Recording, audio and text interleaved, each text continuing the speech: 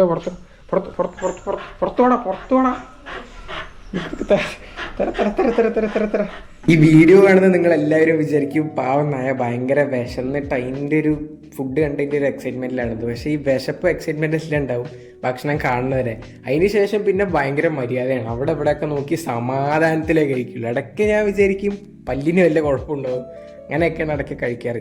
ചോറ് പിന്നെ കഴിക്കാറില്ല, അത് വേറെ കാര്യം. പിന്നെ ചിക്കനൊക്കെ കൊടുത്താൽ ചിലപ്പോൾ ഒന്ന് കഴിക്കുന്നേ ഉള്ളൂ. അല്ലാണ്ട് ഏറ്റവും ഇഷ്ടമുള്ള സാധനം ഈ ഒരു സാധനമാണ്, ഇത് ഗോതമ്പ് ദോശയാണ്. ഇനി പണ്ട് മുതൽ കൊടുത്തുള്ള ശീലമാണോ അറിയില്ല. ഈ ഗോതമ്പ് ദോശയിൽ നെയ്യ് എണ്ണയൊക്കെ ഉണ്ടെങ്കിൽ കുറച്ചുകൂടെ ഇഷ്ടമാവും.